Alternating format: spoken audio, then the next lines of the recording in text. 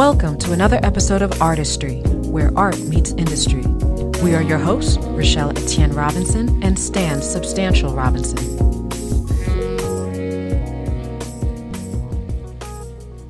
Hello, this is part 2 of Meet the Host, and our guest this week is co-host Stan Substantial Robinson. So you have a very interesting story as far as how you got into Suitland High School. Suitland High School, for those that do not know, is a magnet school, an art and design school located in Prince George's County, Maryland. Tell us about that story.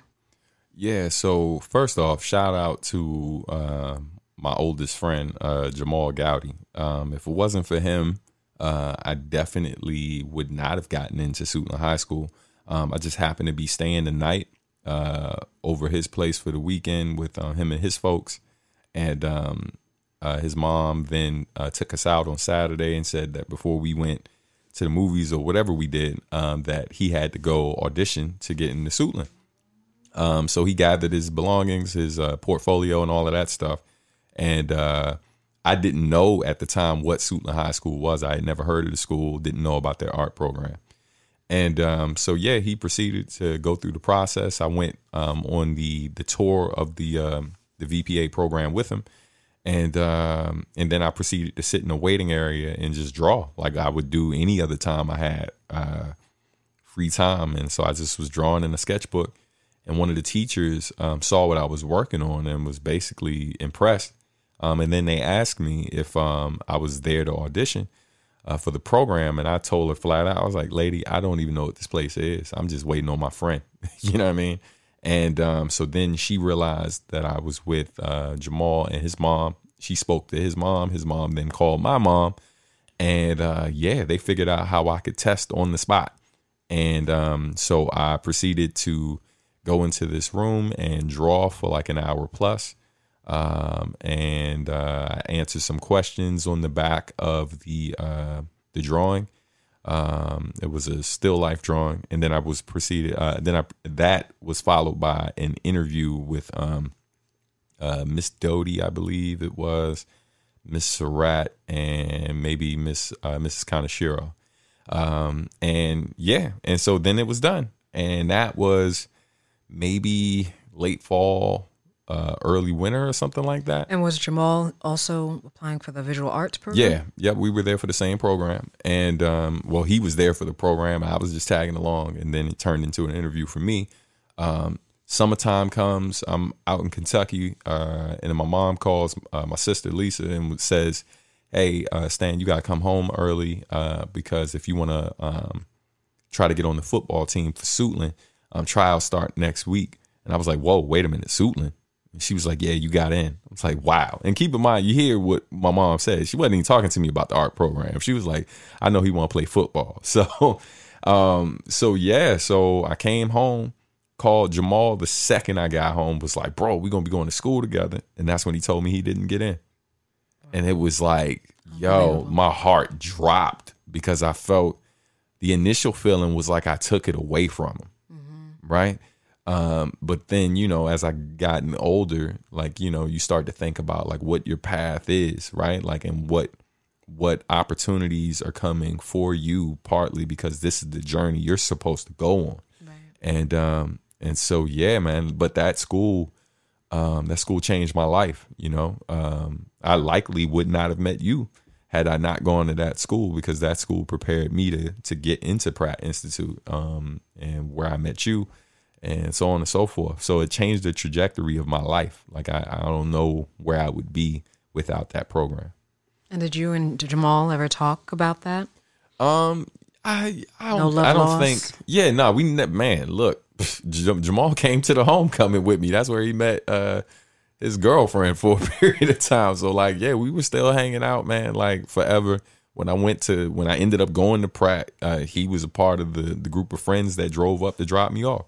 And we still in touch to this day. You know what I mean? Sometimes we fall off for a period of time, but that's special in itself. That I think a lot of people, a lot of your average person, I think would have held that against their friend. You know what I mean?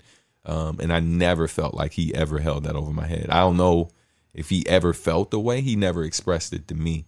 And I never asked either. So, but yeah, that's kind of how it happened. Right. I always love hearing that story because it's just so amazing to me how that happened. And not that there should be any animosity, because he very much, that whole process, he's a part of your process. It kind of reminds me of that movie that we saw about the wrestling family. Yeah. Mm-hmm. And you remember that part where he's like, some people are supposed to be teachers. I mean, you could explain it better than. Yeah, he. I forget the exact line that Jason Vaughn says, but he basically was telling the guy, like, you know, you're not necessarily the star, you're the star maker, right? And like, and basically he knew that he was that guy because he himself was that guy. Oh yeah, Vince Vaughn's character. Yeah, Vince Vaughn, not Jason Vaughn. Vince Vaughn. Yeah, thank you. And so yeah, like I think there's power in that too. Or like some people, instead of star makers, they call them king makers, right? Like those people are absolutely needed. Like, you know, that's what teachers do for the most part. Like a great teacher is making great leaders out of people who have potential and oftentimes don't necessarily, you know, if they're not guided in the right direction, don't live up to it. And so you're lucky if you have people in your corner who see that potential or share opportunities with you, even though it means they may potentially not get the opportunity because you're there.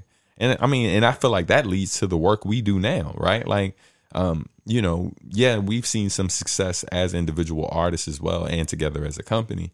But the reality of it is we take the information we gather and we ultimately, some of it we apply to ourselves and a lot of it we just share out. And some of these things we're ultimately competing with some of our clients for the same opportunity, so to speak, right? But like we rejoice in their success because their success is our success, because we want, I think, you know, any good natured person wants not just, they don't want to just do well themselves. They want to see the people they care about in their community do well and thrive too. Absolutely. So Pratt Institute, how did that come about? Had you heard of Pratt before applying? Okay. Not at all. You know, I just happened to go to a art high school, a performing arts high school, and they knew about all of the colleges that were like the top schools for visual art and design. And so they gave, they provided us with different information. And then similar to you, and I'm pretty sure you went to the same place I went to for your portfolio review, which was Micah. Well, no, mine was at Corcoran. Oh, okay. Yeah. All right. So you didn't have to travel as far. Yeah. So I had to go to Baltimore. Shout out to B-More. And I was up at Micah and I met with a bunch of different schools and stuff, including Micah, Parsons. I think Rizzi was there. A lot of folks were there. And I went to Pratt and similar, you know, like people were telling me I needed to work on my portfolio a bit more, maybe have a bit more, what's it called? I needed more figure drawing in mind, right? And that was like the thing I kept hearing over and over again. And then people were telling me that my SAT scores were pretty good, but my grades overall were just a little bit above average. You know what I mean? But they weren't. I wasn't as impressive on paper, and so they were like, "Yo, you're a solid artist, but you kind of need to work on these areas too." But Pratt offered money, and so did Corcoran as well. And I had looked at a bunch of different schools, but every school, because I was doing music too, every school that I looked at, I researched through hip hop. Like I researched like what their music scene was like, what type of musical artists were they producing, and I knew I wanted to be somewhere where I could basically pursue both. You know, so I could be there for my art, but at the same time, when I'm not doing that, I could be in these nightclubs, in these ciphers, in these studios, and you know, get on all the work I could. You know what I mean? So had you been to New York before? My first time going to New York was through honors course. We went to go see, what's that, Beauty and the Beast? Mm-hmm. Yeah, and we performed. We performed at some conference thing or whatever. We competed, and I can't remember if we won or we got second place. We did our thing. We was nice. And then that was my first time going. We were really close. I know we went to the pier or whatever, Pier 21 that is. What's that pier? Across the, near the Manhattan Bridge. Anyway, we went there and all of that. That was my first time going. And then later visiting Pratt with the homie Reggie. That was my second time. And so how was that experience when you finally ventured into Brooklyn? Right. Get settled with your dorm, your roommate. Yeah.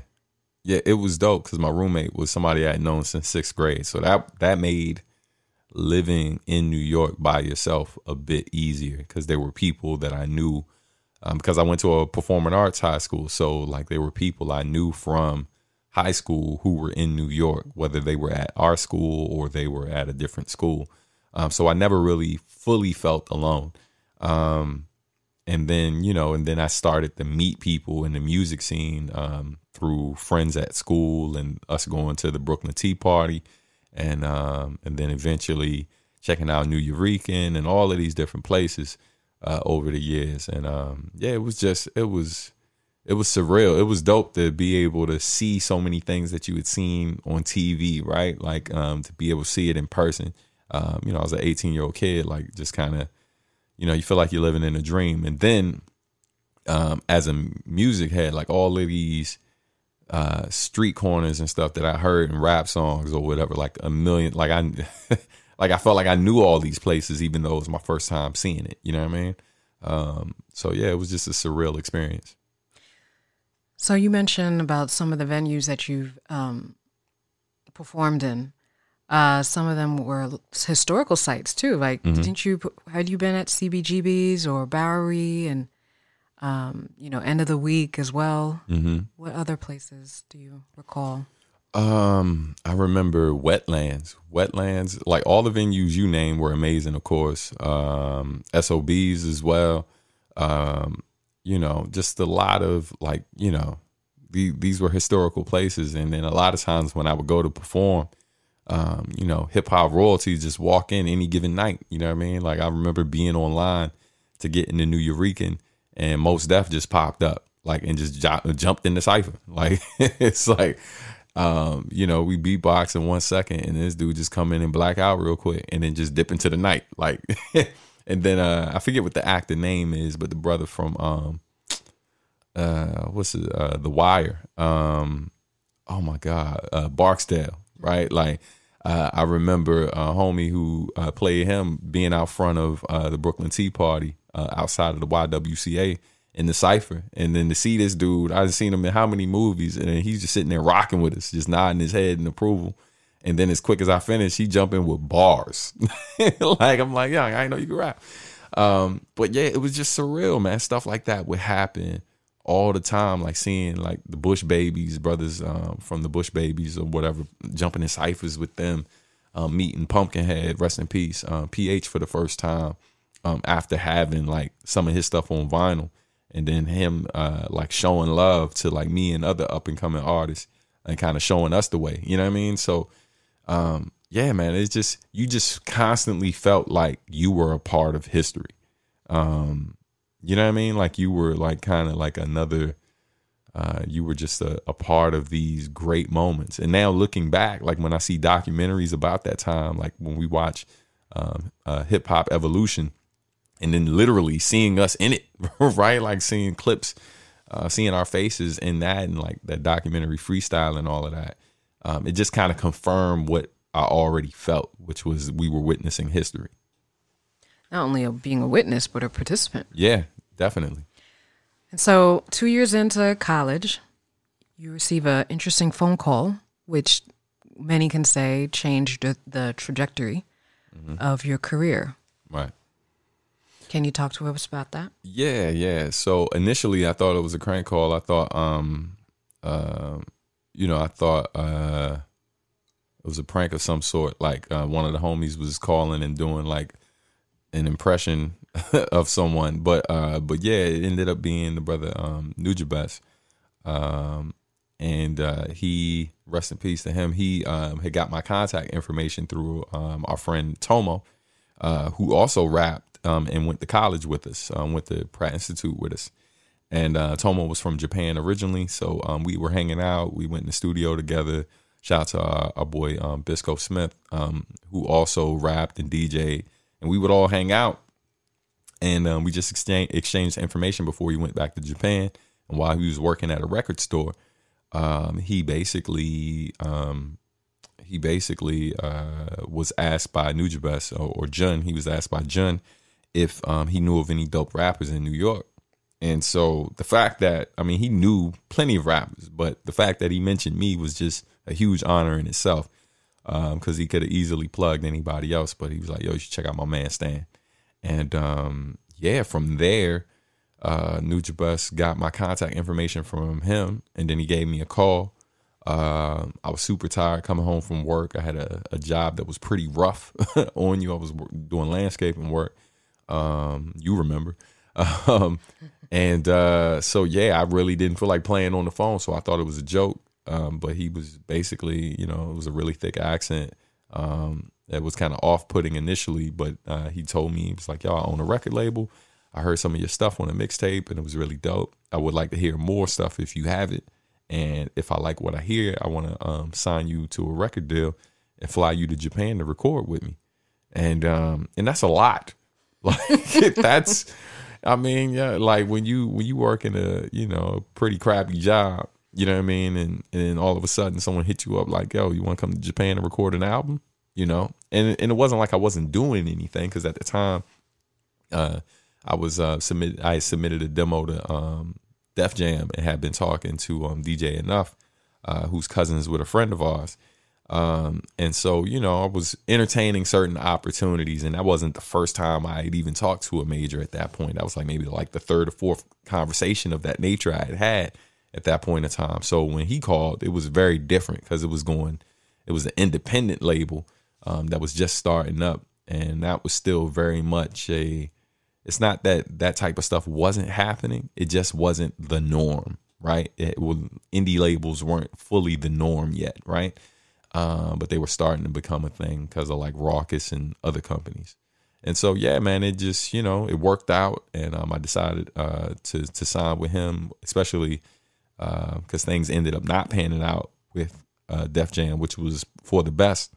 And yeah, I signed up with the brother, went out there for a month and recorded a full album, and the rest is history, as they say. And so from that experience, you were able to travel to Japan by yourself. Mm-hmm. Didn't know what he looked like. This is, granted, it is a very different time. Yeah. I mean, we were exchanging emails, but I had uploaded a picture of myself, and I had asked for a picture of him, but he never sent it. Nujabes didn't like doing a lot of interviews or taking pictures. So there's that. But I really was going there blind. Right. And I had, like $33.22. I remember to this day, that's all I had. And I was about to be there for a month. That's all the money I had. Yeah, so it was a lot of trust. Leap of faith. What do they say? I was betting on myself. I believed that I had a good feeling, and I just went with it. You know what I mean? So since then, you've traveled to Japan several times, both with Nujabes as well as, on your own, right? Performing your own or creating your own tours, collaborating with other artists. Mm-hmm. You've been to how many countries? Maybe around 20, like I think just under 20 or somewhere around there. And mainly independently, right? Yeah. Yeah. Most of the time, there were times where I was touring with other people. Shout out to Cunning Linguists. That was my first time experiencing Europe, was touring with them. Second time I went to Europe was, we I did have a booking agent, but largely about half that tour, me and Marcus D booked ourselves. And then like he kind of, the booking agent had helped us plug in a few dates here and there. And Marcus D is producer For Bop Alloy. Bop Yeah. Alloy. Mm-hmm. And, but yeah, a good amount of the places that I've been, they were opportunities that, I kind of was able to get, through different connections I had made over the years. It wasn't necessarily like one major company that just kind of blessed me with all of these opportunities. I just happened to build a good network of folks who knew I was somebody they could rely on when it came to doing certain things. And they believed in my talent and me as a person, so they would give me certain opportunities. So sometimes it'd be friends calling in, making opportunities happen and involving me. And then other times it would be, conversations that I'd have with certain people. And then I'd be like, well, hey, could we explore this? And they'd be like, sure, let's go, Part of your allure, right, is that not only do you perform, you write your own rhymes, but you also create the visual art for your albums. Right. Can you walk us through like that process? Like, are you doing album covers? You're doing the graphic design. Like, walk us through that whole process. Yeah. Most of the time, like whether we're talking music or art, it kind of starts with the title, right? Like I come up with a title for the album most of the time before I write a single song, because I like having a theme, right? And so I would say I can't remember. Maybe with my first album, I can't remember whether or not I already had a title before I made those songs, or if it was something that I kind of came up with during the process. I think that's the only exception, that first album. But most of the time, I had a concept before I recorded a single song, before I made a single piece of art. And then a lot of times after coming up with that initial idea, that title, I start seeing I start getting visions of what the artwork could be. A lot of times that happens sometimes before the music happens. And then sometimes the music starts to happen quickly. It varies.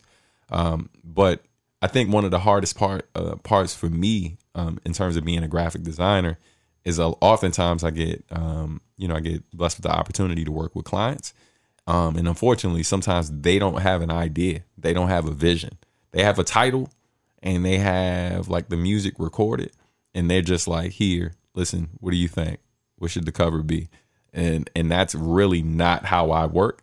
And so those are probably some of my least impressive pieces of art, because I'm kind of reaching into the void, so to speak, right? Like there's nothing to work with. That music, I don't necessarily listen to music and start to get visuals, right? Like the visuals kind of come to me first and then the music is produced, right?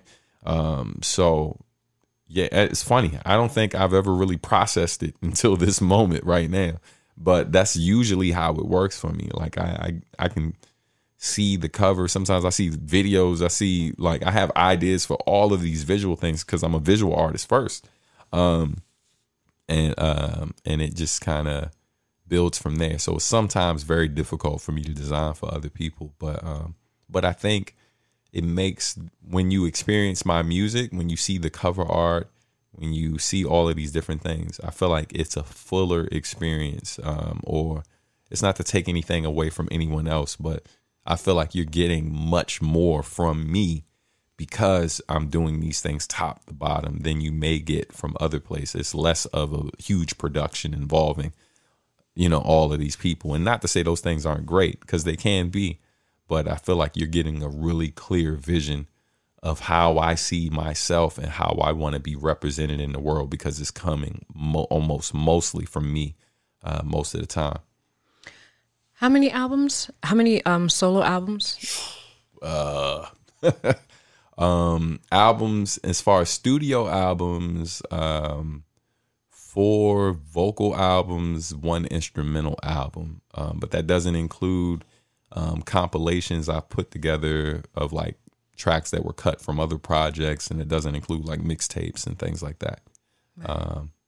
Let's talk about your production as far as you've now most recently with The Garden. Mm-hmm. You have began producing, but that wasn't your, even though this is your first release, Mm-hmm. you've been producing for a while. Yeah. I started making beats when I was 15. Yeah, 15. I saved up to get some equipment. I couldn't afford to get a SB 1200 or an MPC. Like, I knew those were the weapons of choice for a lot of folks. But I was a hustler. So like, I could get money, but within reason, I was still a kid. So I saved up and got a DJ sampler, which had like multiple banks. It was a 5-bank DJ sampler. And then I had a DJ, like a mixer. There were 2 Gemini products that had, the mixer had like an 8-second sampler. The Gemini sampler had a 12-second sampler, and then 4 3-second ones. And I basically used, I saved up to get the nicest tape deck I could afford. So it would have, I was trying to minimize the amount of hissing, right? Like, nowadays people are trying to put hissing in their music to make it sound like what we were making back in the day. And so, and I was just, and I had a bunch of records I collected, and then rest in peace to Mr. Gowdy, my boy Jamal's father. When he passed, he had left his record collection to his son, and then Jamal, because he knew I was making beats, just let me come through and grab as much vinyl as I could carry, And so, he just, and it was a lot to choose from, so I just picked up a lot of stuff. And I was just chopping away, just making beats at a very young age. But as I got older, start to make different connections in the biz. You start meeting some really talented producers, some of which who were already established, i.e. Nujabes, folks like Tone Deaf, my man No from Cunning Linguist, and then later people like Odyssey, Algorithm from the Stuyvesants. The list goes on, the other guys, all of these different people who were established producers, really it made names for themselves as producers, and in some cases as vocalists too. And so when you get the opportunity to work with these folks, that there is some additional attention that gets shined on your project because you're working with these notable people. Right. And so, and it wasn't always necessarily a good thing to be, you weren't always taken as serious if you were making the beats and the rhymes, because most of the people who were making beats and rhymes were kind of better at one thing than the other. But you were also, before, during, and even to this day, you are the designated beatboxer, right? Yeah, I was always, oh my God. I felt like at one point in time in New York, I was more known for beatboxing for everybody than, like, I'd be at a show, there'd be a sound problem, and the first time I saw Plug One, first time I saw Plug One live, like sound system went out, and or the tables went out, the music went out, and the whole, like, everybody that I knew that was there was like, yo, Substantial got beatbox, Stan got beatbox, so I started making my way to the stage. Because it was just my job. Like, if someone needed beatboxing, I was there. I was the dude. And but of course, by the second I stepped on the stage, the sound came back on. I was like, oh. But yeah, I used to do a lot of shows with this female duo called The Onlyest, 2 guitar players and stuff. And I would do shows with them all the time, and I was their beatboxer, right? And I remember I had this awkward experience at a J. Rue the Damager show where he was having a rough night, and then he asked if someone in the crowd could beatbox, and my homies were super loud, like, yo, my man Stan got beatbox. I was like, yo, don't do it. He's been having a rough one. I don't know if this is the night. And sure enough, that didn't go well. That did not. I'm not gonna say what happened, but yeah, that didn't go well. But yeah, I was always kind of dealing with production, beats, some way, shape, or form, even when people didn't know it. And then I really got my chops up as a producer, teaching kids how to make beats. And that's why I really kind of mastered the software that I was using, which was GarageBand. Yeah. And I was going to say, which is a great segue, because I was going to ask about education, because you've been working with youth. One of the things that I think, when you're a working artist, particularly a performing artist, with all the accolades and awards and opportunities that you've been awarded, it's not always consistent. Right. And so, a lot of artists have to obtain alternative employment. Right. And so one of the things that's been consistent with you, you've been probably working as a youth worker almost as long as you've been doing music, and that's been working with youth. Right. And so talk to us about that. I know you've worked in nonprofit. You've also worked in the public school education system that you are a product of. Right. Can you speak a little bit to that? Yeah, it was never, I don't think I ever really planned to be a teacher, so to speak, or work in education. I knew I wanted to give back to my community in some way, shape, or form, but I didn't know that was going to be the way I did it. And like how it happened, I think it was right after I came back from Japan.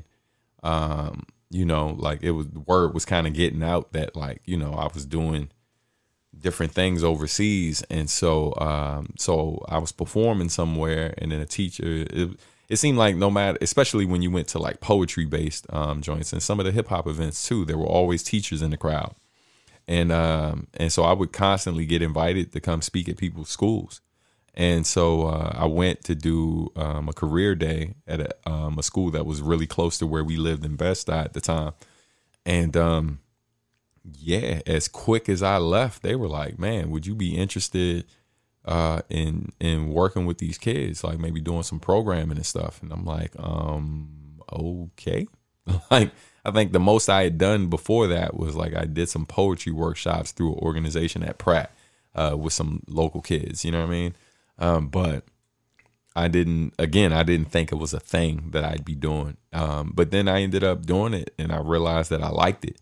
The toughest part was trying to like balance the whole being cool in yourself with being a bit of like walking that line of like trying to stay true to yourself and be lax about certain things, but then have to be a disciplinarian as well.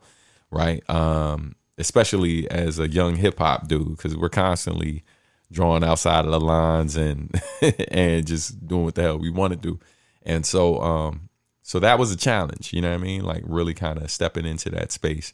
But it's something that, ended up becoming, there were moments in my career where it was the main thing and music was the side thing, even though I knew music always was the thing I wanted to be doing the most. But like I just ended up going way further in the education than I ever really anticipated, which was a beautiful thing. And lastly, the birth of SAM, Substantial Art and Music. Oh, yes. I think, and we've talked about this in length, but I think that with all your experience, with all your opportunities that you've been offered, and even with your education and your work with youth, how do you feel that how those things, those experiences have prepared you to be an executive? Yeah, I think that, throughout my career as a musician and visual artist, I was always hungry for knowledge, right? Like for more information. How I'm always asking people how I can get better, right? Like how I can make my music better. I'm listening when people are offering the advice, even when I don't always agree. I still take it in and consider it. And then, and I was always just kind of looking for a way to kind of take my career up a notch, right? Like I was always asking those questions. And so I think part of that, recognizing that, you know, the goal is to be a lifetime learner, right? I was the type of person who was willing to take information, put it to the task, just put it to use, trial and error, figure out if it's legit. And then after I work that out for myself, I share it. Right. And so that's consulting in a nutshell, right? Like is finding these resources, finding certain information, researching it, applying what you've learned, and then passing it on to clientele or people you think could benefit from it. And so, it's been a much easier transition than I anticipated, especially because I kind of took the road less traveled, right? Like I'm aware of certain things that have to happen in mainstream music, right? Certain things that, certain paths you have to take, certain sacrifices you have to make, certain information that is going to be necessary and what your team needs to look like. I'm aware of that. But what oftentimes those folks aren't aware of is how to navigate this independent world.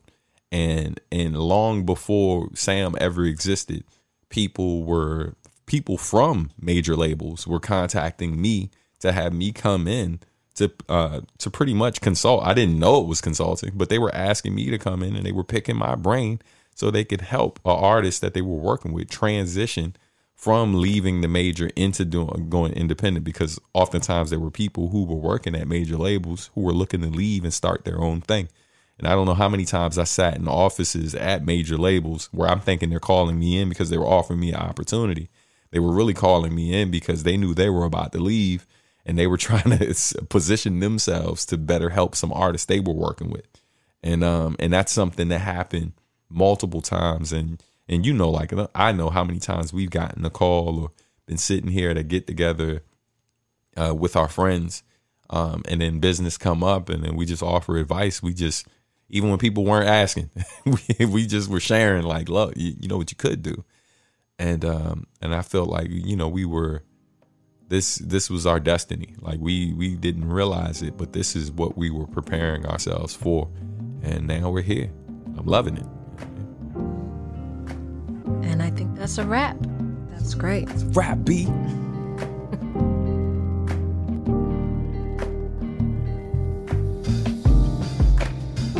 Thanks for listening to Artistry, where art meets industry. This podcast has been brought to you by Substantial Art and Music. For more information, please visit www.subartmusic.com. You can also follow us on social media at subartmusic. We'll see you soon, but talk to you sooner. Peace.